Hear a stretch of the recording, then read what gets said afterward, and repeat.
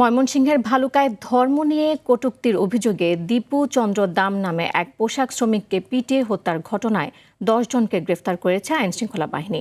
দুপুরে এক সংবাদ সম্মেলনে এ তথ্য জানান র্যাব ১৪ অধিনায়ক নইমুল হাসান। বলেন, দীপু চন্দ্র ধর্ম নিয়ে কটূক্তি করেছে এমন বক্তব্যের প্রমাণ পায়নি র্যাব। ঘটনার পেছনের কারণ ও হত্যায় জড়িত বাকিদের গ্রেফতারের কাজ করছে র্যাব। নইমুল হাসান আরও বলেন, হত্যাকাণ্ডের পর থেকে জড়িতরা আত্মগোপনে ছিল।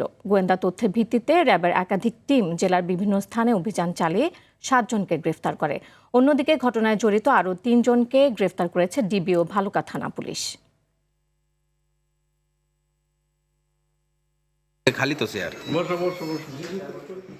ভালুকা ময়মনসিংহে ধর্ম নিয়ে কটূক্তির অভিযোগে শ্রমিককে পিটিয়ে হত্যা, র্যাব ১৪ ময়মনসিংহ কর্তৃক ৭ জন গ্রেপ্তার।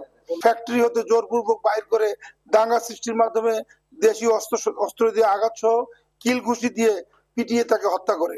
পরবর্তীতে ভিকটিমের লাশ জমির দিয়া স্কয়ার মাস্টারবাড়ি বাস স্ট্যান্ড ঢাকা ময়মনসিংহ মহাসড়কের মাঝখানের আইল্যান্ডের গাছের সাথে ঝুলিয়ে আগুন ধরিয়ে দেয়।